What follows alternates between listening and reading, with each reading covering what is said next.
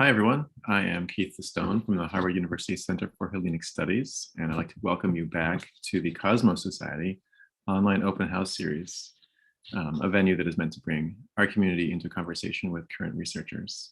Our guest today is Dr. Joel Christensen, a favorite, well-known and well-loved here at Cosmos, not only because you were on the scene when this community started, and not only because you have been a frequent guest over the years, but you're also currently, for 2 years now, the host of a collaboration between Cosmos and the Center as a whole and Out of Chaos Theater. I'm talking about Reading Greek Tragedy Online. Let's see, a few facts about Joel. He's associate professor and chair of the Department of Classical Studies at Brandeis, and he is internet famous. Check out Sententiae Antiquae on WordPress and Twitter. And his most recent book is The Many-Minded Man, The Odyssey, Psychology, and the Therapy of Epic. I suspect there may be a connection to today's topic, but we'll see. That is Epic Narrative and Toxic Heroism. Joel, thanks for joining us. Hey, Keith. Thanks for having me. As always, I was thinking back to trying to figure out the last time I joined y'all for a meeting like this, and I think it was 17 or 18, and I was talking about disability studies and Thucydides and people in the Iliad and the Odyssey. And I was thinking about that because I've lost track of how many times I've come to spend time with this great crew. I know I was in Texas the first time and maybe the second time, so it's been at least 7 or 8 years. But it's always been fun. And as I was thinking about what I'm going to talk about, I was going through like, well, what happens when I do these things? Sometimes it turns into publications like the one did with the disability studies talk, which came out actually last year in the classical world. Other times it's just sharing things that I'm currently interested in, which, as you know, can flip from one thing to another. We did one that was fun on Proverbs, and that's definitely one of my favorite, but still not gotten anywhere with that one. But I love this crew because you're all passionate, and I actually get to see many of you each, what isn't weekly anymore, but pretty frequently with Reading Greek Tragedy Online. So it's always great to come back to such a pleasant, dedicated group of people. Today, what I want to talk about is a little less well-formed than what I've done before, but it's got many different parts to it in, let's say, greater degrees of completion, greater or lesser degrees of completion. And Keith, as you anticipate, it is in part arising out of my work on the book, The Many-Minded Man. So what I'd like to do, my basic plan, and I hope to not to disappoint anybody with this, but I don't have a PowerPoint. Right, there are no slides. I'm going to share my screen if I have the power to show you some text in a little bit to talk about that. But I'm mainly just going to talk and invite conversation today. Part of that is because this work isn't sort of in PowerPoint stage, but part of it's also it's the end of the 6th semester of our COVID or whatever it is, or 5th, and I've got very little left in the tank for PowerPoints. So let me start about the larger project.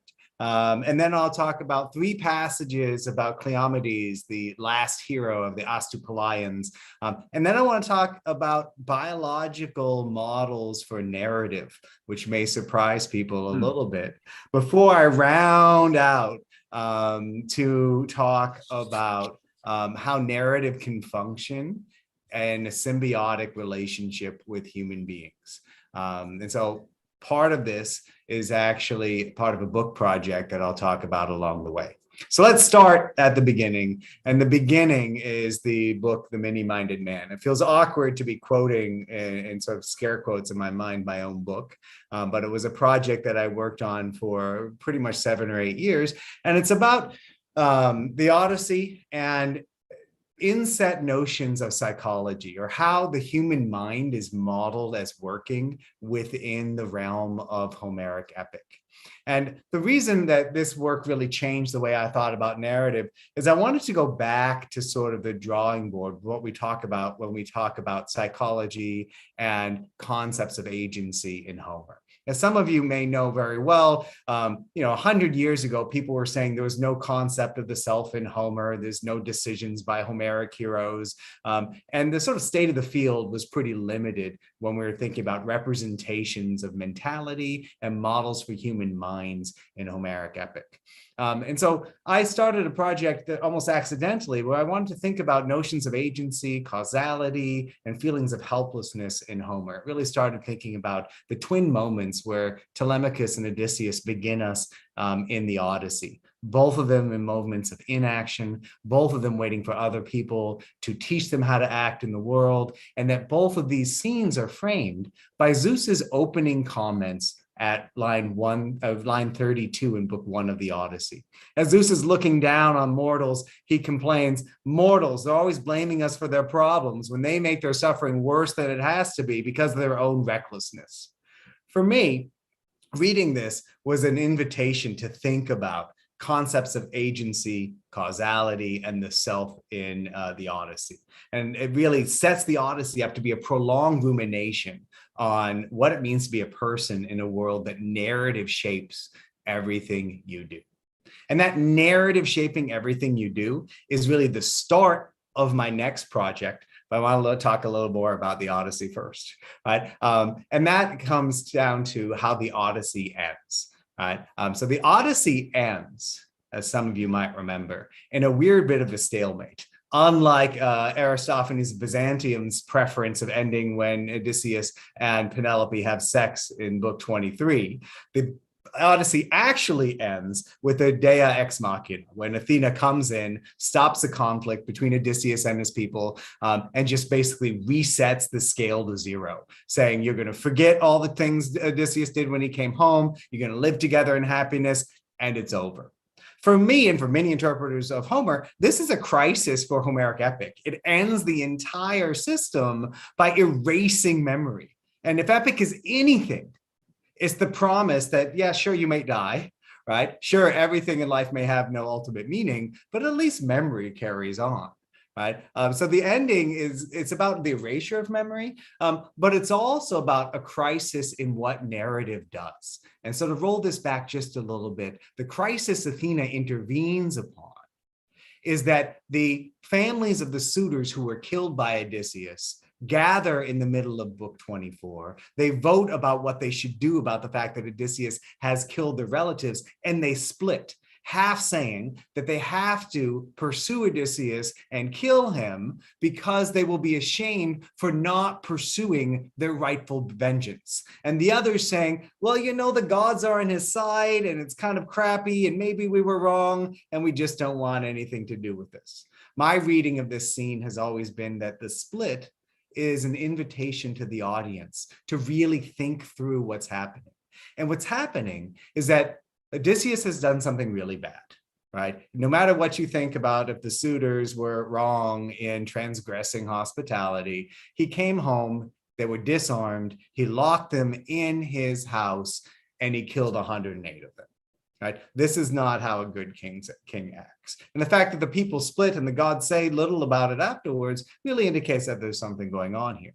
So my stance has always been that this ending is a bit like the ending of a Platonic dialogue, one of the earlier ones that induces us into a moment of aporia, of pathlessness. And what this does is it encourages us to do what our minds want to do anyway.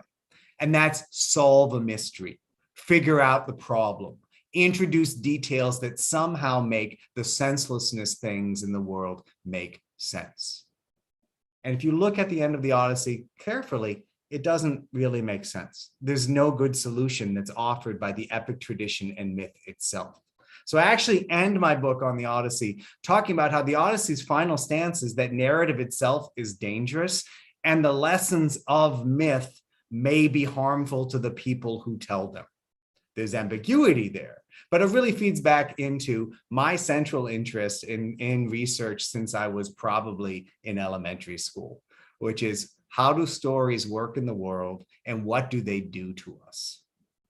So the rudimentary or framework research that I did for that book was in cognitive science, and in cognitive psychology, and really looking at how discourse or myth shapes our identities. My basic argument in the book is that Odysseus has to go through both physical therapy and narrative therapy in order to reclaim his agency in the world and return home.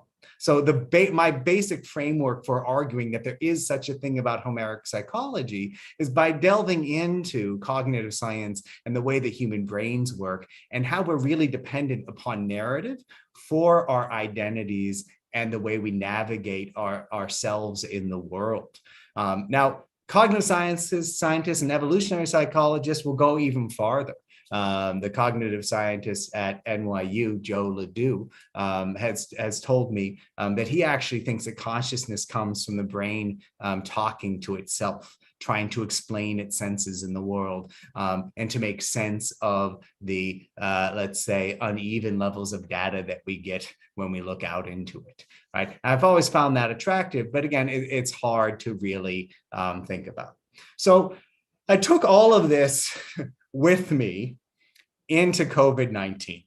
Not necessarily, I didn't pack up my Homer and psychology bag and like walk into a pandemic, right? I just found myself in the odd position of correcting proofs for a book, putting the book out, writing blog posts and articles to support it at a time when the work I was doing seemed to be far less important than what was actually going on in the world. I know many of my colleagues may have experienced the same sense that we kept going through the motions, working on our scholarship and looking out into a world that's being riven by disease, torn apart by political factionism, having white supremacy bear its face yet again, and wondering what is it that we do that makes a difference. And so for me, like this does matter. I love some of the work I do. I mean, I do a daily blog to sort of distract myself and the pleasure I get from reading Greek and Latin. But at the end of it, you know, the thought I kept having that has driven my own boss at Brandeis crazy is that I don't want to have to tell my children or my grandchildren in the future that when the shit was hitting the fan, I was writing a big book about small things.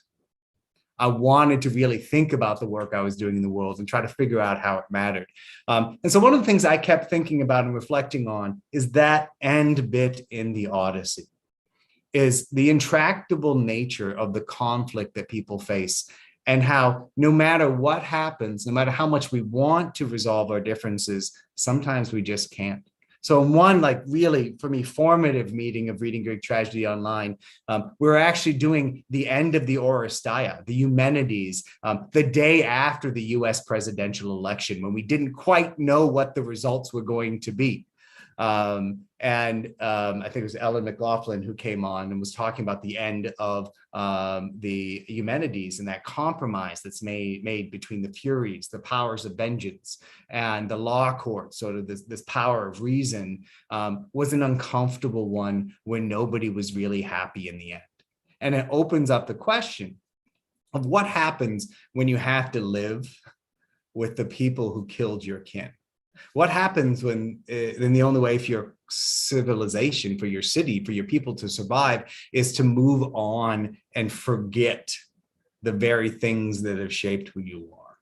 And that sort of has stuck with me over the past few years as what we've seen in the media and in our public behavior is people responding constantly to the power of narrative in really damaging ways. When I think about the end of the Odyssey and that impulse to go on pursuing vengeance, because that's the only story you know. And when I think about the way Odysseus uses narratives to manipulate people throughout the Odyssey, I think about our current narrative climate, our supercharged highways of information that make it possible for people in the same community to believe that COVID-19 is a hoax and that COVID-19 is the end of civilization as we know it.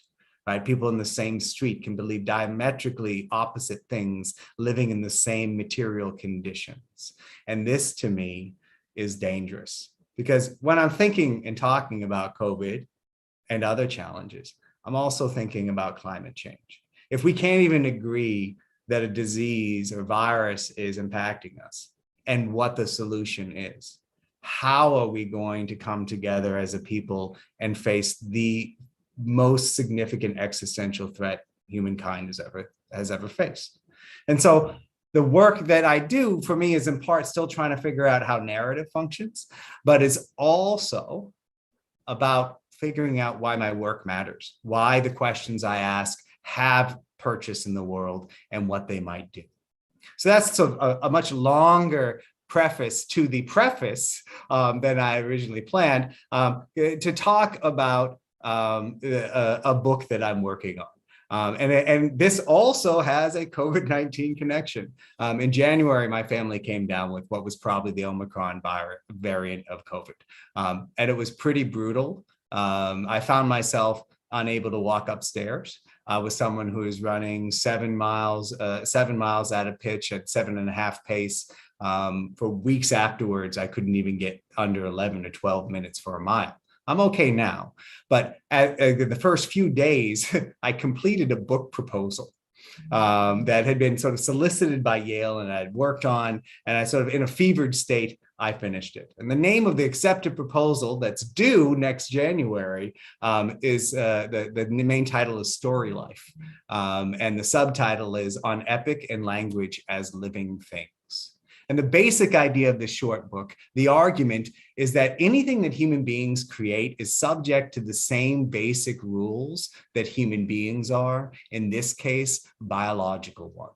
And so the overarching argument that I'm going to make by really looking at Homer from the ground up as an example is that we have to conceive of language as being a living thing like bacteria or a quasi-living thing like a virus, that it moves and changes for its own reasons, and its own reasons, like ours, is survival.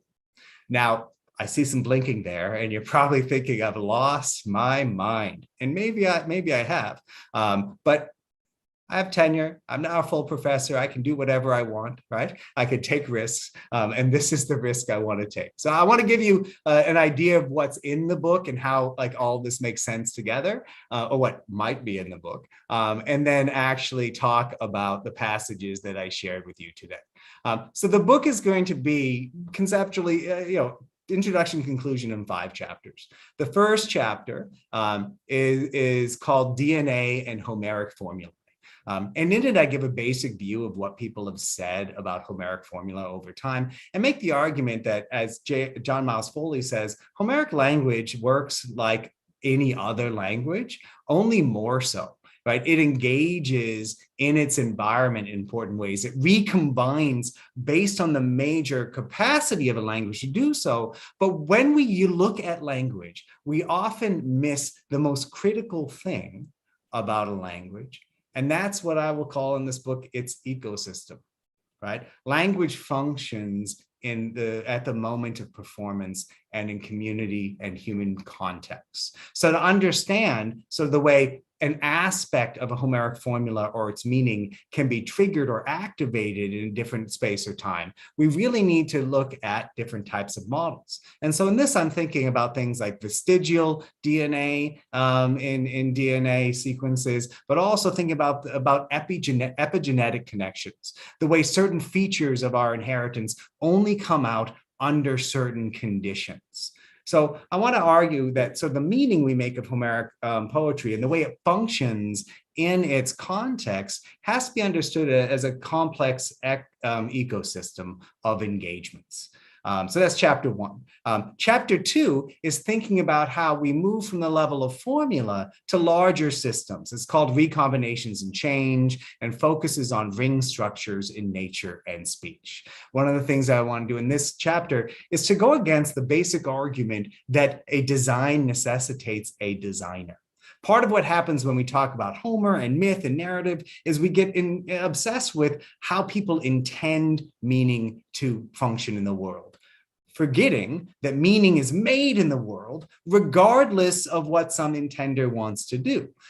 So I'll give a couple parallels. So some of them being sort of the ring structures of trees, the way natural species develop in ways that look structured, and really moving on from there to look at some complex things. I have some scholar friends at Brandeis who work on game theory and mathematical modeling of things in the natural world. And they've shown quite convincingly how things like birds moving, insects moving, even bacteria moving and functioning in ways that look coordinated and guided are actually just following mathematical principles of probability.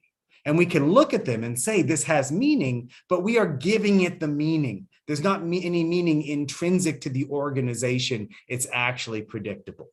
Right? I'm not trying to take away any of the magic or the inspiration from art and creation. Instead, I'm trying to put it back in the environment that helps to create it and that gives it its aesthetic valence. Chapter 3 is going to be called Crabs and the Monomyth. And this may sound like a ridiculous title, and perhaps it is, but it looks at parallel evolutions and mythical patterns. So it riffs on the basic notion that, creatures like crabs have evolved in different ecosystems in completely different parallel manners. And this happens throughout the natural world. Flying has developed in different ways. We know that mammalian creatures have gone from swimming to walking back to swimming again. And really talking about how what we understand about evolution as lay people is often mistaken, because we see it as teleological, as ending in a place where natural features have functions, and we mistake the function for a purpose, right? Evolution, as I understand it, doesn't move with some great design. It moves accidentally. It doesn't take the best solution to a problem. Instead, what happens is whatever solution works the best at that moment becomes the one that's reserved. And I want to get people to use that to think about heroic patterns, mythical patterns, and the recycling of narratives. When we talk about narratives moving from one culture to another, we get obsessed with notions of universality. We get obsessed with notions of priority, right? Was Homer influenced by the Gilgamesh epics? I actually don't care. I think it's a silly question for scholars, because actual audiences of Homer would have had no idea what this meant, right? And so for me, this is part of dividing the types of investigations we do in literature and science, dividing the diachronic from the synchronic. They should influence each other. But sometimes we have to understand that figuring out how a virus works right now isn't the same as giving the history of that virus's evolution through time, right? Both are useful and can inform each other, but history doesn't necessarily define the future unless, of course, we tell a story about it. So that's chapter 3. I don't know if I've lost everybody yet, but I'll tell you about chapter 4. Chapter 4 is called Going Viral. I may change that because it's a little too boring at this point. Big Deeds and Bad Fame. And one of the things I want to do in this chapter, I actually started doing in an article I wrote for Neos Cosmos a few weeks ago about the way we've been talking about the war in Ukraine and Russia, our notions of glory, about how it's attached to defensive war, not aggressive conflict, and how the Iliad is actually really sensitive to many different types of fame, and it doesn't actually hold up martial glory in the way we think it does. Right. And so this is really about sort of setting the stage for the work that I'm about to share with you, which is what misunderstandings of narrative can do. I actually think the Iliad models on many occasions how the misuse or misappropriation of narrative can function. And in chapter 4, I'm going to note that, really argue that there's no connection between sort of a morally or socially effective aspect of a narrative going viral and the sort of worth of that narrative, right? And I'm going to talk a little bit about narrative economics, so the economic narrative and economics. Probably well familiar with the current crypto crash that's going on, right? And how we create value in things that's not really there. And a lot of it's this sort of like human need to be part of a story and create a narrative that's one of like fame and victory. And so that will be a little less biological, but it's going to set me up for sort of the final chapter, which I really want to talk about more today, which is called Symbiosis and Paradigm, What Stories Do in the World. So in this chapter, part of what I'm going to focus on is the stories that I shared with you before. So if I've got the screen sharing power, I'm going to go, if I can find it. Wait, let me find it first. I do You have should be able to screen share. Yeah, I do. I just don't have anything open in the right way. I want to share a different story with you and then talk about what I've been thinking about it, and then have hopefully more of a conversation and less of me talking. How can I not know how to share after so many years of Zoom? Okay. All right. Are you guys looking at, did you see the screen? Not yet. What is going on? Okay, wait. It's that big green button. And just kidding. Yeah, there it is. Are you looking at Last Mythic Hero? Yeah. All right. A few years back, I sadly don't even remember which mass school shooting it was. A friend of mine, Amy Pistone, reached out and said, what does ancient Greece have to offer for us for mass shooting at schools? And my answer that day was nothing that I can think of. And then a few days later, a correspondent named Iceland Melchior from Washington State said, have you thought about this story? And the story she mentioned is the story of Cleomedes. The story of Cleomedes is given in 3 different accounts, at least, from the ancient world, in Pausanias, Plutarch, and the Byzantine encyclopedia, the Suda. And I'm pretty sure that the Suda is just a stripped down version of Pausanias. But the basic story that I want to share with you here, well, maybe I'll just go through it because it'll be useful, is that Cleomedes was competing in the Olympiad and he killed a guy while boxing. The referees said he cheated. They deprived him of his victory, and he just went crazy with grief and returned to his hometown of Astypalaia. When he got there, he attacked a school where there were at least 60 children, knocked out a supportive pillar. It fell on the children, and he killed a bunch of them. Right. Eventually, he fled in the Temple of Athena, climbed to a chest and closed the lid. And when the Astypalaians opened the chest, he wasn't there.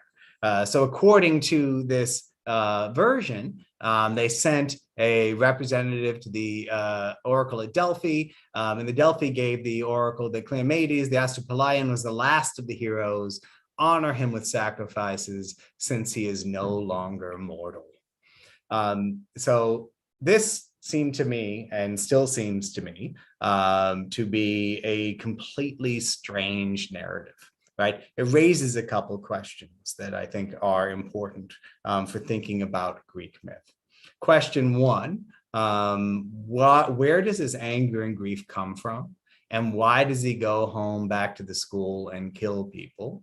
And question 2, which is important for me, why does the Pythian oracle, why does essentially Apollo, command that they honor him as the last of the heroes?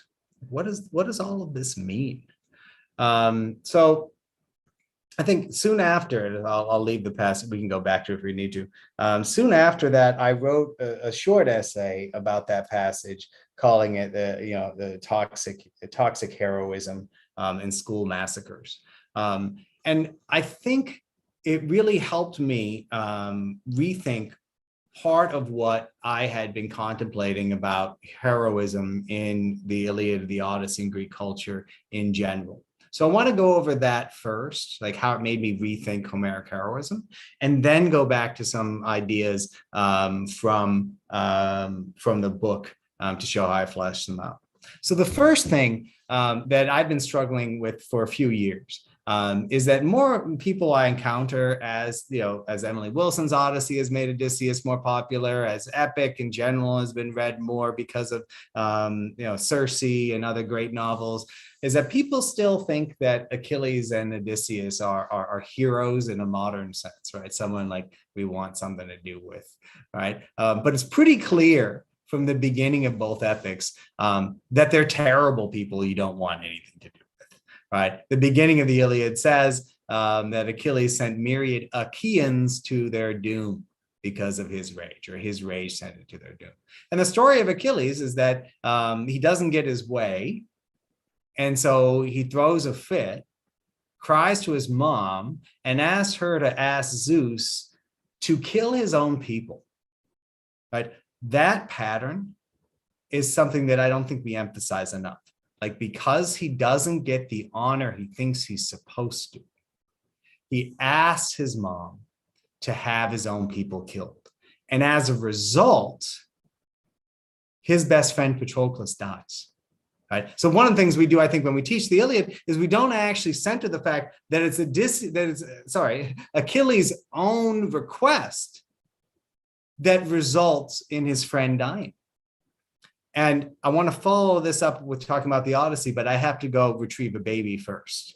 All right. It's going to take me a few seconds. I can hear her waking up and crying. I'll be right back.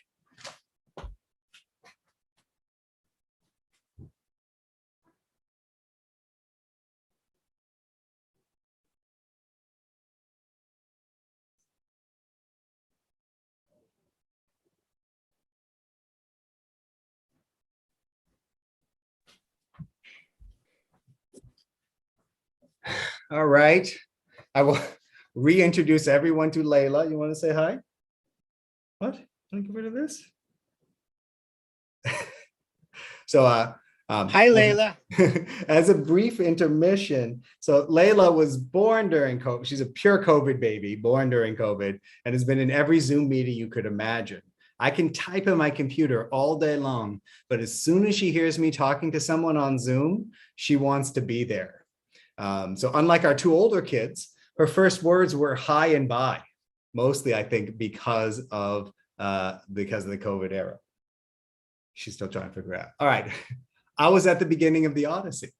So thinking back to Cleomedes, at the beginning of the Odyssey, again, part of what we emphasize, so part of what we forget when we talk about the beginning of the Odyssey is that it emphasizes Odysseus's failure to bring his men home, right? Like, he tried hard, but he couldn't, and it was their own fault. But then we give a story of a man who loses all of his men. And as I argue in my book and other places, he's a failure of a leader who actually is responsible for the death of all the sailors. And then he comes home and he kills 108 people. And I think it's not absolutely insane to say that he's a serial killer of a massive type, right?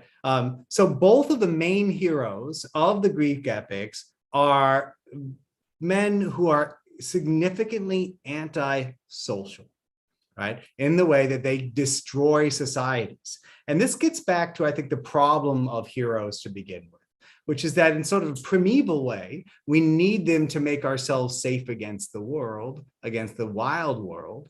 But they exist in the margins between the dangers of the world and the dangers of the gods and what we need for stability in the city, where we don't actually need people like this. And if anything, they destabilize things. And it made me rethink, what I say about heroes like Heracles, right? Who most obviously is antisocial insofar as he kills his first wife and children and is killed by his last one, right? If anything, he represents most significantly the Greek concept that heroes are not safe at home with families and cities. So thinking about this, I went back to some of the work that I was thinking about when I started to research the Odyssey. And part of what influenced me there is how the narratives we hear shape what we think is possible in the world. The example I always give is how narratives, I don't know, you all.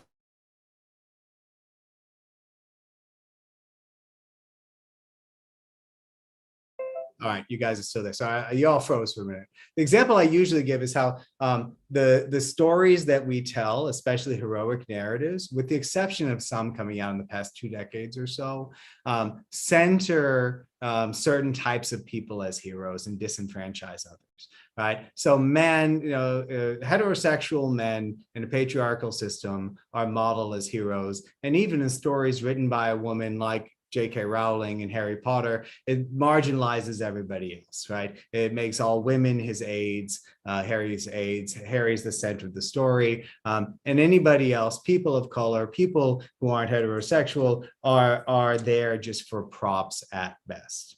Right. So our narrative system centers centers a single type of person.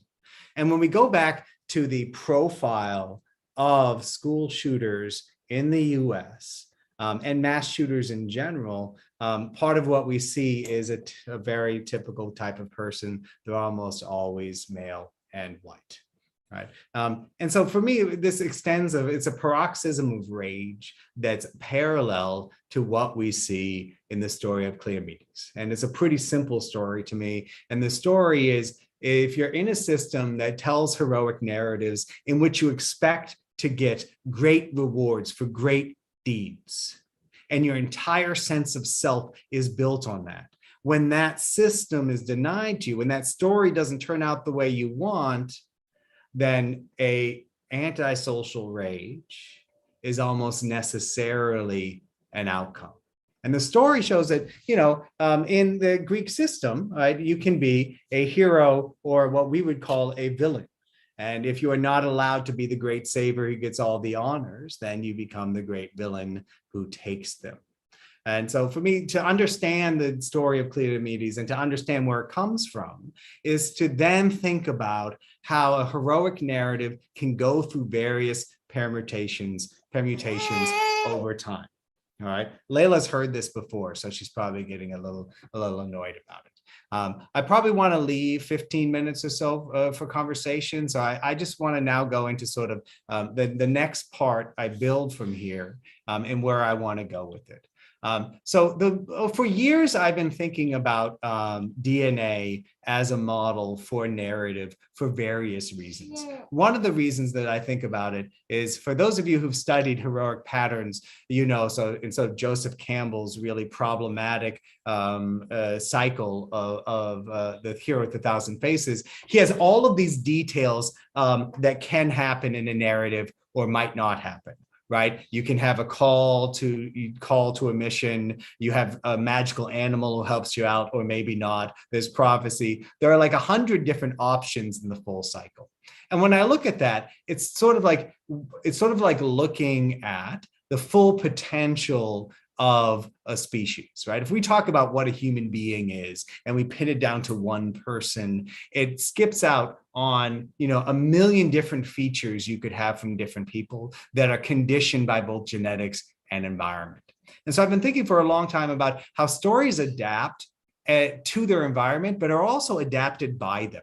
Those of you guys in this group in Cosmos Society know very well that stories that are told in epic on the Athenian dramatic stage get different emphasis. In some way, it's the same narrative, but it shows different features depending on its narrative environment, right? So is it really that significant that Clytemnestra kills Agamemnon in Aeschylus's play, as opposed to probably Aegisthus in Homer's version? Like, does this make it a different narrative? Or is it capitalizing upon a potential in a different environment, right? Is the woman being the villain sort of an epigenetic figure? And I also wanted to develop a model for narrative that took into account both its positive and its negative aspects. And so during COVID, I started reading a lot about viruses and bacteria and got into the concept of symbiosis. So symbiosis, as many of you know, it's living together, right? That's a basic Greek thing. And symbiotic relationships can be of different types, right? We tend to put them, there's the banner of mutualism, in which it's possibly beneficial for both creatures in a system, in a relationship. And then there are malignant relationships where they get hurt. right? And there are even moments, for example, where we integrate into our own systems DNA from other creatures that actually become beneficial. For example, I won't get into the details of it. In the human gut biome, there are essential bacteria that actually come from norovirus that make our survival possible. Similarly, there's viral DNA that makes placental implantation possible in mammals. Right? If you think about it this way, right, the basic message there is our coevolution has made mammalian reproduction possible. The same token, though, there are viruses that can be beneficial, but can also turn out to be carcinogenic. And I think that this type of multi-leveled symbiosis is for us the best way to think about narrative. Narrative has a mutualistic relationship with human beings. It's powerful because it allows us to pass on to each other complex information that we don't have to that we don't actually have to experience, right? You can learn that stabbing is a bad thing to do to someone through story without experience being stabbed, right? Aggregate over time, narrative presents a species level advantage that is unlike anything else we've seen, right? It actually allows us to scale up our technology, our knowledge, our language in a way that has made us the most successful thing on this planet, right? Until the environment creates a virus to get rid of us for all the bad we're doing. Sorry, I went into science fiction on that one, right? On the other hand, narrative does other things to us, right? I mean, again, to use the example from politics or COVID-19, conspiracy theories are so attractive. It gets us to align ourselves with ideas that may actually be damaging. And then if you think about sort of how narrative functions within religion, you can have the beneficial story of life after death that gives people comfort and can be used as a type of way to encourage people to be better humans on earth. In the same token, though, that narrative in a different ecological environment can encourage people to commit suicide bombings, right? And to value the next life more than this one, thus actually undermining its initial impact. And the reason I want to focus on biological models for these is that in each of these cases, if we take away the notion that there are people pulling the strings on these puppet shows, that there are people redesigning these stories, and just understand that stories have their own impetus behind them, and that they function like any other living thing does, which is just for its own self-perpetuation, then we can really start to think about how we deal with the issue. Because the problem with modeling stories like bacteria or viruses and understanding that they have an independent force outside of us is, what do we do with that knowledge, right? And do we go all Plato in the Republic and try to control all narrative and ban certain poets and say only certain people should have certain knowledge? Or do we imagine that there's such a thing as an inoculation for dangerous stories, right? And so that's where I think the conclusion of my book will end, is exploring different responses to this and proposing, perhaps, because I've been brainwashed by my own education and profession, that really talking about narrative from a young age, acknowledging its power and teaching about it is the only way to combat the danger.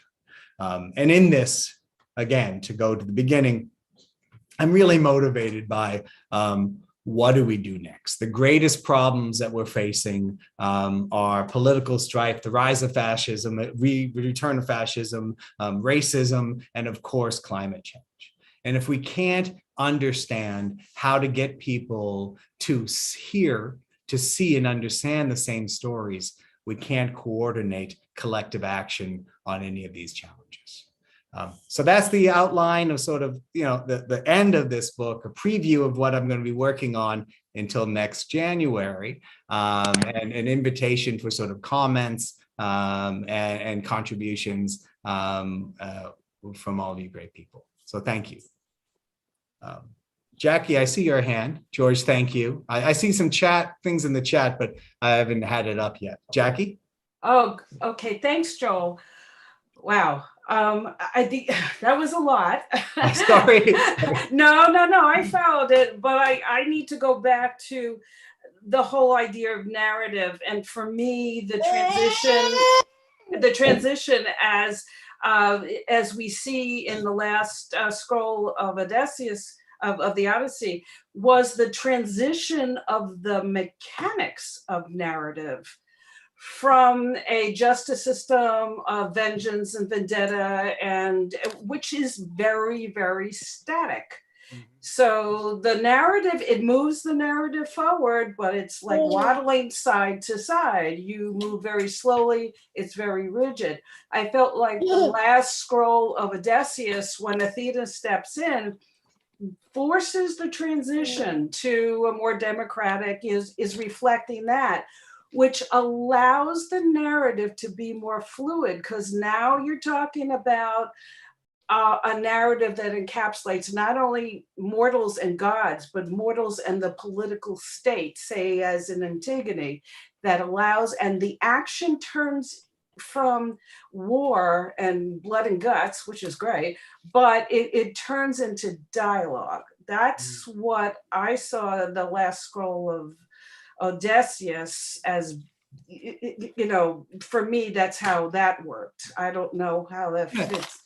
So I'm going to build on that and go back to that. So there's a great, I forget which book she does it in, but Alex Purvis, who's the humorist at UCLA and has some brilliant stuff, has written about the end of the Odyssey and Tiresias's prophecy. Right? John Perodato has too, and Elton Barker and I have a little bit of this in our book Homer's Thieves with the Center for Atlantic Studies. And part of what she talks about is that Odysseus has to go, I think it's hupermetra thalases, so beyond the measures of the sea, and eventually go and find people who don't understand what a winnowing oar is. They call it a winnowing shovel or whatever. And so her argument is that he actually has to go beyond the boundaries of epic. He has to go beyond the boundaries of the genre. But I think that, oh, sorry, she's now mad I put her down. I think what it's also about is that it's about it's about going beyond the boundaries of epic paradigm, beyond the boundaries of the stories that they're offering. So I think at the end of the Odyssey, it would almost be impossible for the Odyssey to say that stories don't work and they don't matter. But what I think it is saying in part is that you have to be wary of the stories you tell, and the paradigms we have might be the wrong ones. And I think that this is partly a message in the Iliad too.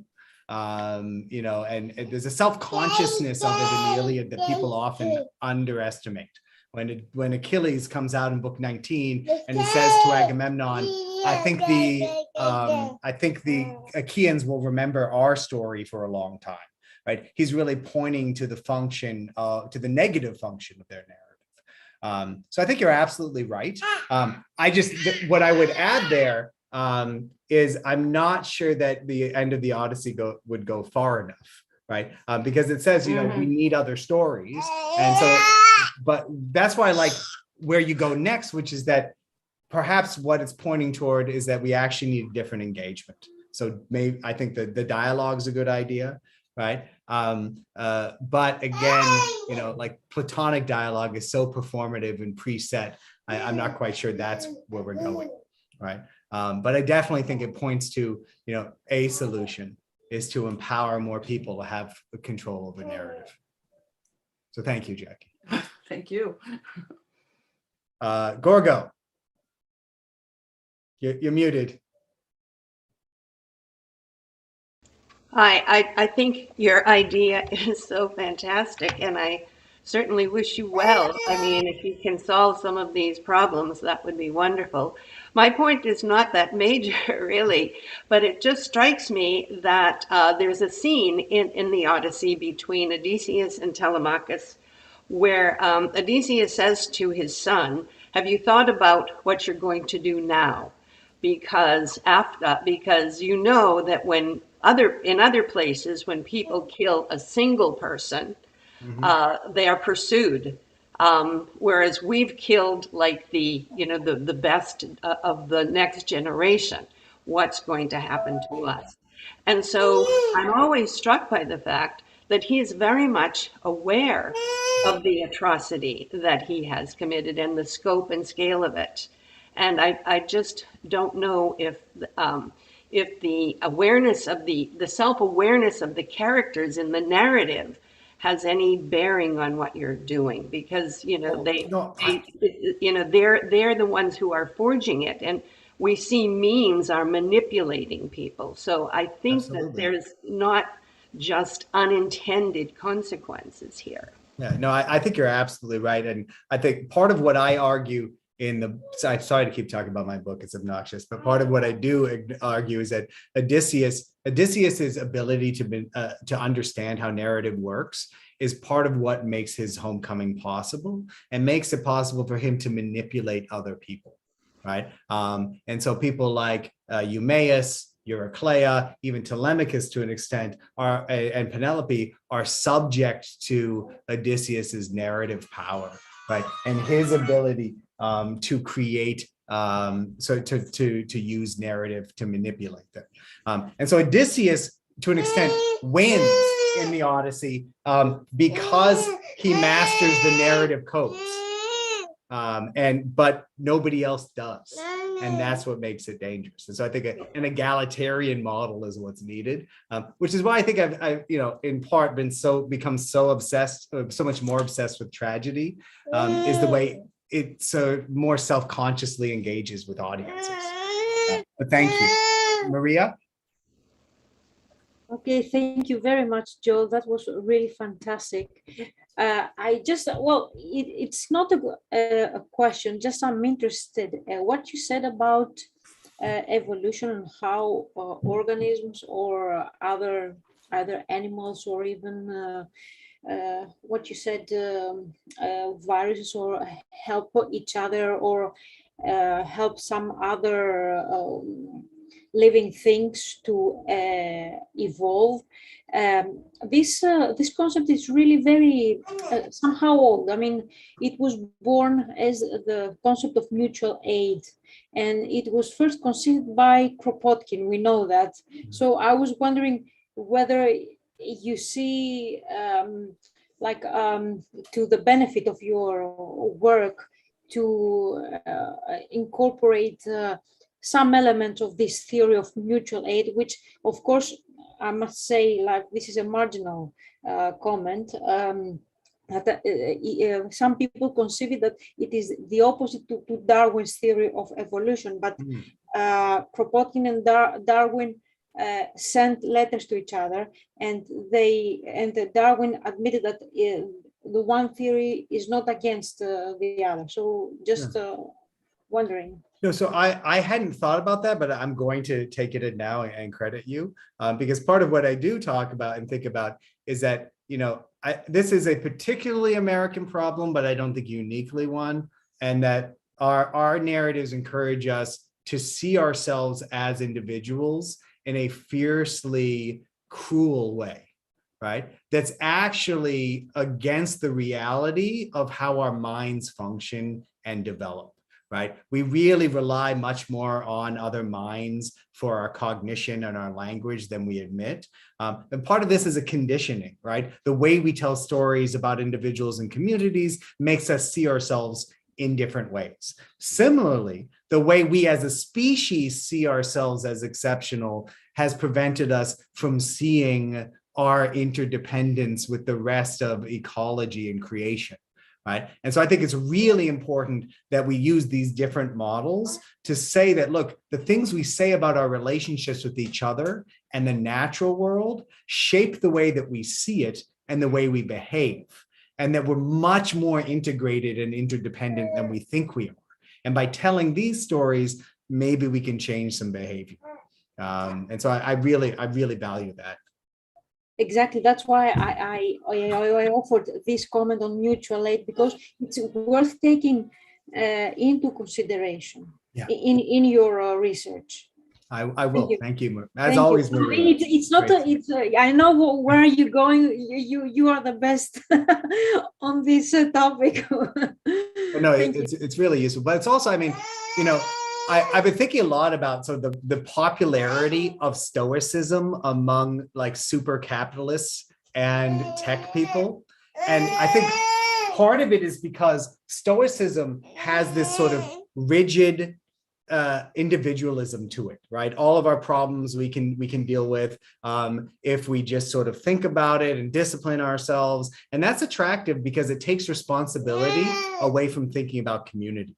On the other hand, Epicureanism, right, has this basic analogy I love, and maybe one of the last things I leave you with, which is that you know, just as all of our senses are independent and living in worlds that can't be tested by one another, so too are different individuals and different species sort of incomparable, right? You can't see a sound, you can't smell a color, but we use all of these things together to assemble a fragile view of reality. Similarly, like our shared reality is created by a bunch of individuals with competing senses that we're constantly renegotiating. And you know, the sort of the epistemology and metaphysics we center in the way we approach the world really sets us up for seeing those differences and compromises or refusing that they're there. And so again, not to get, you know, really broad about it, but I think there's a sickness to a type of individualism that says that we should be depriving foreign-born babies of formula because there's a formula shortage, right? And I see things like this in the news every day, and I think, what are the stories we tell about the world that makes us think it's okay, right? And how we've been shaped to see ourselves as different and special. Georgia? Thank you so much. That was greatly inspiring. The one thing, the striking point, I guess you have some conversations about that, but I actually agree with you, the disassociation of teleology from natural phenomena, and to understand that and to start, you know, this having that as a starting point, you know, opens obviously new horizons and different horizons. The second great point is the fact, in a way, the autonomy of the narrative and the value, let's say, the significance of individual reception.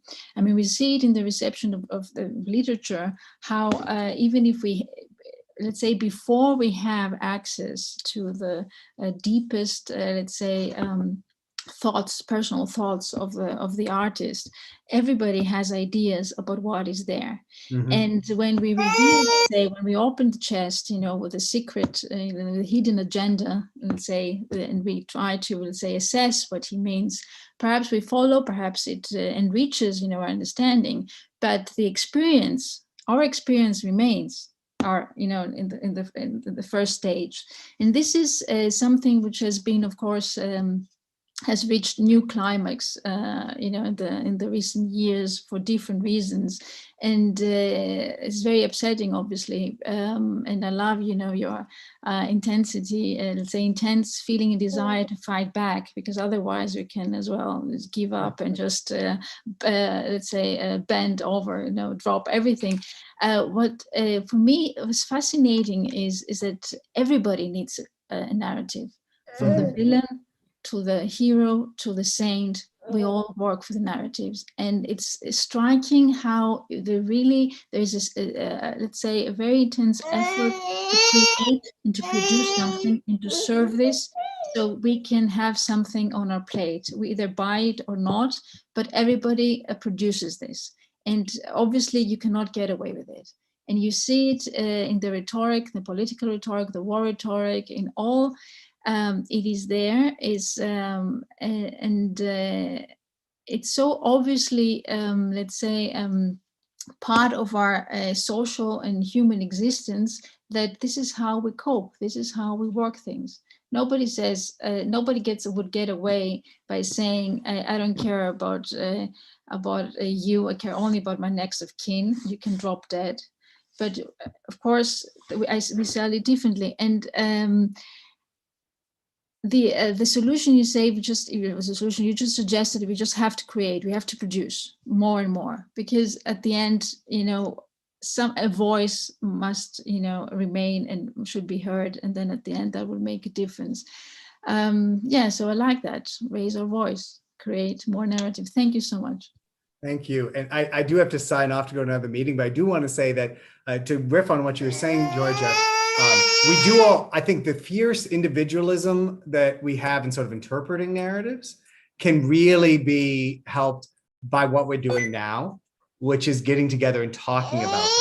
Because when we talk, right, like we cross-pollinate our ideas and they change our ideas, and we develop sort of a community that we didn't have, and change, like we retain our own experience, but we also change it, right, and come closer through the conversation. Sorry. I don't know how, what she's going to say when she goes up. She's on the second head. All right, can you get a high five? All right. I'm sorry to cut it off right at 1, but I have another meeting and she needs lunch. Layla, can you say bye-bye to the Cosmos Society? Say bye-bye? No? I don't know. Thank you thanks guys for joining for us. having me. Right. Pleasure as always.